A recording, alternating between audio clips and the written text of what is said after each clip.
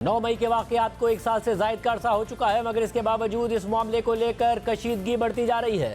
तहरीक इंसाफ और इस्टेब्लिशमेंट आमने सामने है।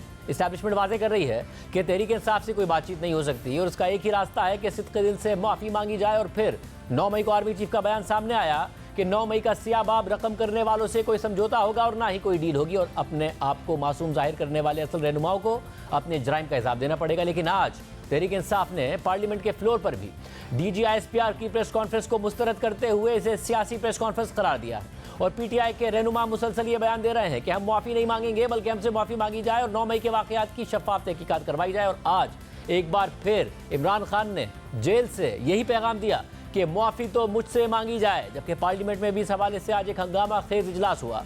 अपोजिशन लीडर उमर अयूब और पार्लिमानी लीडर ख्वाजा आसिफ के दरमियान बहस हुई। इस बहस के दौरान शोर शराबा और नारेबाजी भी देखने में आई। पहले तहरीक इंसाफ के अपोजिशन लीडर उमर अयूब ने कौमी असेंबली से खिताब करते हुए कहा कि 9 मई सिर्फ एक बहाना था, इमरान खान निशाना था। DGISPR की प्रेस कॉन्फ्रेंस को मुस्तरद करते हैं, ये एक सियासी प्रेस कॉन्फ्रेंस थी।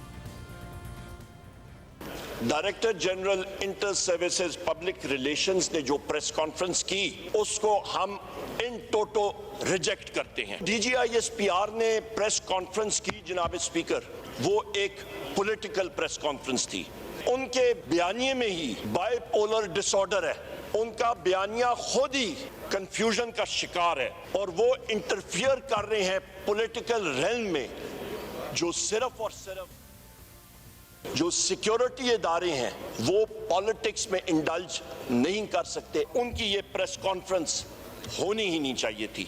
और आर्टिकल 6 भी आप पढ़ लें, आइन वाजे है, कॉन्स्टिट्यूशनल लिमिट्स सारे इदारों की, चाहे वो जुडिशरी हो, गवर्नमेंट हो, चाहे जो इदारा हो, हर एक इदारा पाकिस्तान की बका के लिए, पाकिस्तान की सालमियत के लिए अपनी लिमिट्स के अंदर काम करे। एक 9 मई के हवाले से एक इंडिपेंडेंट जुडिशल कमीशन बनना चाहिए और जिसको एक्सेस होनी चाहिए तमाम CCTV फुटेजेस की, सच्चाई को सामने आना चाहिए। मैं यहाँ पे क्लियर कट कर दूं कि 9 मई एक बहाना था, वजीर आजम इमरान खान निशाना था। उमर अयूब ने अपने खिताब में आइन तोड़ने पर आर्टिकल 6 की भी बात की, जबकि ख्वाजा आसिफ ने कौमी असेंबली से खिताब करते हुए कहा कि आइन तोड़ने पर आर्टिकल 6 जरूर लगना चाहिए, लेकिन सबसे पहले यह article field marshal Ayub Khan पर लगना चाहिए। जिसके बाद कौमी असेंबली में अपोजिशन और हुकूमत के दरमियान काफ़ी शोर शराबा देखा गया। मैं बिल्कुल हमायत करता हूं कि आर्टिकल 6 जो है ज़रूर लगना चाहिए जिन लोगों ने इस तोड़ा, लेकिन शुरू जो है उस जाली फील्ड मार्शल अयूब खान से होना चाहिए, जिसने 1958 में सबसे पहले पाकिस्तान में ये रीत रखी थी। Pakistan ji kindly order in the house. Umar Sahab, आपने जब तकरीर की कोई बीच में नहीं बोला, आपने तकरीर की कोई बीच में नहीं बोला। इस तरह तो फिर आप लोगों की तकरीर हो ही नहीं सकेगी। आपकी तकरीर में कोई नहीं बोला था, अभी जरा लगी रहनी था मर्चे, आपकी तकरीर में कोई नहीं बोला था। प्लीज तशरीफ रखें, तशरीफ रखें। अभी तो पूरी रात बाकी है, अभी तो इब्तिदा हुई है। जो जड़ है सारे शाखसाने की, आइन की पामाली की, निकालें उसकी लाश कब्र से बाहर और लटकाएं उसको फांसी के ऊपर। जी देखें जनाब स्पीकर, मैं बिल्कुल सही कह रहे हैं ये, लेकिन फ्रंट बेंच पे इस वक्त भी लोग बैठे हैं जो मजलिस शूरा में भी थे, जनरल ज़िया के साथ भी फ्रंट बेंच पे बैठे हुए हैं। जरा अपने इर्द गिर्द देखें, हमें क्यों देखते हो? हम तो मानते हैं हम जनरल ज़िया के साथ थे, हमने इस फ्लोर के ऊपर माफी मांगी हुई है उस चीज की। ये लोग जो इधर बैठे हुए हैं नवाज शरीफ के साथ थे, जनरल ज़िया के साथ थे, उनको याद नहीं है कि कहाँ थे ये। जी गौर साहब फरमाइए। नहीं, कोई प्रेशर नहीं, मेरे ऊपर कोई प्रेशर नहीं जी जनाब स्पीकर जी। बात ये, मैं हमेशा मुख्तसर एक छोड़े आप नहीं करते हैं? जनाब स्पीकर देखे, चले ख्वाजा आसिफ साहब, नहीं इनको बात करने दी, जाती है तो उन्होंने बात शुरू की, उनको बात करने दी। जी जाती है। I take an exception to that. जी बात कीजिए। स्पीकर, ये एक तरफा आप रिस्पेक्ट करवाना चाहते हैं अपनी चेयर का सिर्फ। आप बात कीजिए। आप चाहते हैं कि मैं बोलूं? जी बिल्कुल, आप बात कीजिए। मैं एडजर्न कर दूं और मैं एडजर्न करके 2 दिन की छुट्टी कर दूंगा और फ्राइडे को हमने डिबेट ही खत्म कर देनी है। इसी तरह उमर अयूब ने आज अपने खिताब के दौरान कहा कि DGISPR ने कहा था कि गुज़िश्ता वाक़यात पर कमीशन बनने चाहिए। हम भी मुतालबा करते हैं कि Hamoodur Rahman commission, Ojhri camp inquiry report, Abbottabad commission की रिपोर्ट और आर्मी पब्लिक स्कूल की इंक्वायरी रिपोर्ट सामने आनी चाहिए। जब DGISPR ने कहा कि प्रायर ईयर्स की कमीशंस होने चाहिए, बहुत अच्छी बात है जनाब स्पीकर।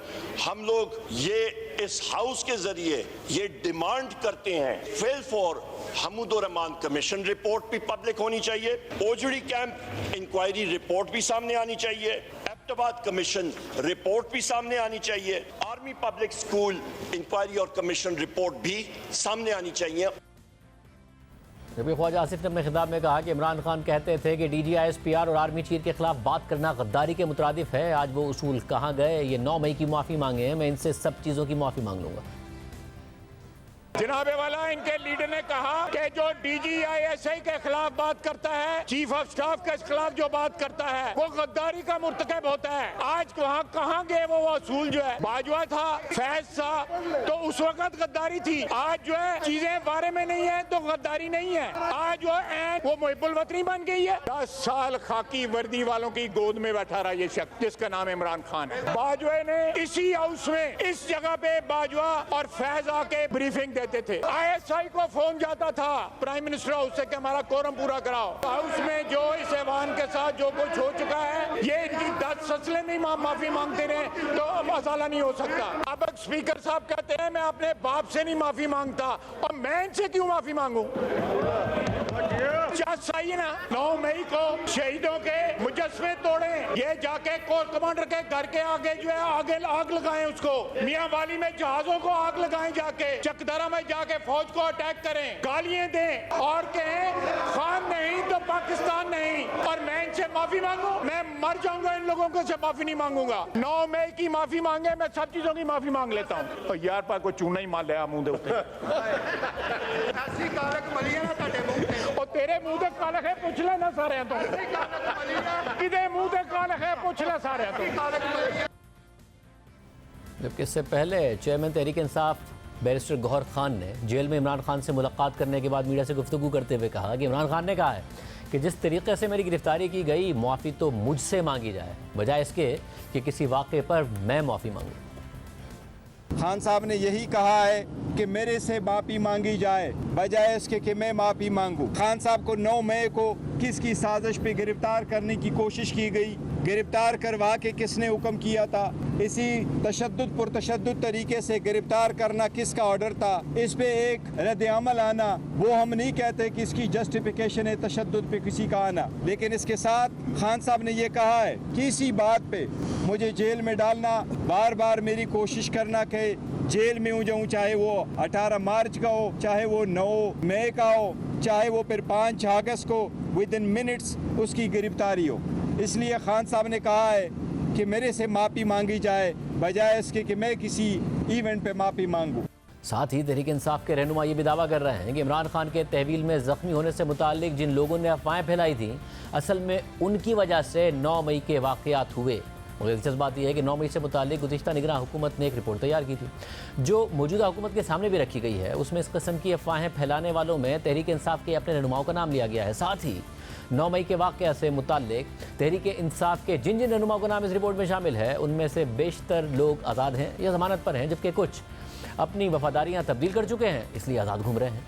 रोज़नामा द न्यूज़ के एडिटर इन्वेस्टिगेशन अंसार अब्बासी की खबर के मुताबिक निगरान हुकूमत में तैयार करदा 9 मई की रिपोर्ट में ना सिर्फ फौजी तनसीबात पर हमलों के वाक़यात में इमरान खान के किरदार पर तवज्जो मरकूज़ की गई है, बल्कि रिपोर्ट इस बात की अक्कासी भी करती है कि किस तरह PTI के दर्जनों रहनुमाओं ने मुबैना तौर पर तशद्दुद को हवा दी और इसमें हिस्सा लिया।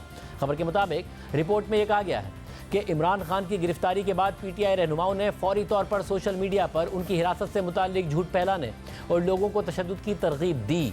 बड़े पैमाने पर यह इल्ज़ाम आयद किया गया था कि इमरान खान पर हिरासत में तशद्दुद किया जा रहा है और उनके कत्ल का इम्कान है, और इस हवाले से जो ज़बान इस्तेमाल की गई वो इंतहाई सनसनीखेज़ और इश्तियाल अंगेज़ थी। खबर के मुताबिक निगरान हुकूमत की रिपोर्ट में 9 मई को PTI रहनुमाओं की जानिब से कहे जाने वाले झूठ और तशद्दुद की तरगीब की कुछ मिसालें दी गई हैं, जैसे कि हम्माद अजहर ने दोपहर 2:37 पर ट्वीट में इल्ज़ाम आयद किया कि इमरान खान पर तशद्दुद किया जा रहा है।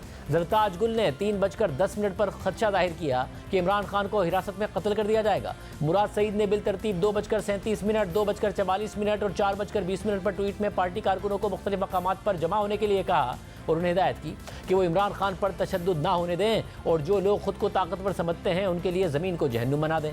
फरूख हबीब ने 4:51 पर ट्वीट में लोगों से कहा कि वो अपनी जान कुर्बान कर दें लेकिन इमरान खान पर तशद्दुद ना होने दें। अली अमीन गंडापुर ने शाम 5:12 पर ट्वीट में कारकुनों से कहा कि अभी या फिर कभी नहीं, अपनी जानों से खान की हिफाजत करें। जबकि अली जैदी ने 4:23 पर ट्वीट की कि पार्टी कारकुन सिंध को बंद कर दें। इसके अलावा अनम शेख, शानदाना गुलजार, कमर शौजब ने अपनी ट्वीट्स में लोगों को GHQ रावलपिंडी के मकाम पर एहतजाज के लिए कहा। जबकि सेनेटर एजाज चौधरी ने 2:28 पर ट्वीट में पार्टी कारकुनों से पूरा मुल्क बंद करने की अपील की। फैसल जावेद खान ने 2:48 पर ट्वीट में कहा कि इमरान खान पर तशद्दुद हो रहा है। शहरियार आफरीदी ने 3:36 पर ट्वीट में कहा कि जिन गद्दारों ने खान को गिरफ्तार किया है उन्होंने कौम पर हमला किया है। खबर के मुताबिक रिपोर्ट में कहा गया है कि इमरान खान की गिरफ्तारी के फौरन बाद PTI के सोशल मीडिया कारकुनों ने मुहिम चलाते हुए ऐसे ट्विटर ट्रेंड्स शुरू किए जो तशद्दुद की हौसला अफजाई करते और लोगों को GHQ पर हमले की तरगीब देते थे। गो टू GHQ और निकलो GHQ की तरफ जैसे ट्रेंड्स भी चलाए गए और कानून नाफिज करने वाले इदारों के अंदाजे के मुताबिक लाहौर में मुजाहिरीन की कुल तादाद 2000 के करीब थी और जिन लोगों ने मुजाहिरीन की क़यादत की और उन्हें उकसाया उनमें ज़ुबैर नियाज़ी, उमर चीमा, हम्माद अज़हर, एजाज चौधरी, हसन नियाज़ी, आयशा इकबाल, आलिया हमजा, मुनज़्ज़ा हसन, मुसर्रत चीमा, अलीमा खान और नौशीन हामिद शामिल थीं। खबर के मुताबिक रिपोर्ट में बताया गया है कि रावलपिंडी में शाम 5 बजे तक मुजाहिरीन लियाकत बाग में जमा हो चुके थे। 5 बजे से 6 बजे के दरमियान सोशल मीडिया पर PTI रहनुमाओं के मुतादिद ऑडियो बयानात सामने आए जिनमें मुजाहिरीन पर जोर दिया गया कि वो GHQ चले जाएं। 6 बजे तक हुजूम GHQ पहुंच चुका था। हुजूम ने पुरतशद्दुद शक्ल इख्तियार कर ली। GHQ के बाहर एक मुजस्मा और इस्तकबालिये में शीशे का दरवाज़ा तोड़ दिया।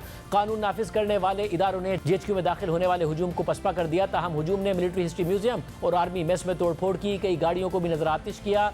इसी दौरान एक गिरोह ने हमजा कैंप पर हमला किया और इमारत को नुकसान पहुंचाने की कोशिश की। रात 10 बजे तक हुजूम ने आर्मी वेलफेयर ट्रस्ट प्लाजा पर हमला किया और दाखिली दरवाजे को आग लगा दी। इसी तरीके से बाकी शहरों में भी जो वाकयात हुए उसकी जिम्मेदारी इस रिपोर्ट में तहरीक इंसाफ की क़यादत पर डाली गई है, मगर ये रिपोर्ट निगरां हुकूमत में बनाई गई। क्या इसकी अहमियत है? मुताल्लिक़ रहनुमा जिनके नाम लिए गए हैं वो पार्टी छोड़ गए तो उनके वो आज़ाद रहे, उनके ऊपर वो सख्तियाँ भी नहीं आईं। हमने उमर अयूब साहब को भी आज के प्रोग्राम में आने की दावत दी है। जो कुछ पार्लियामेंट में हुआ, प्रोग्राम लाइव है, वो आ सकते हैं, उन्होंने कोई जवाब नहीं दिया है।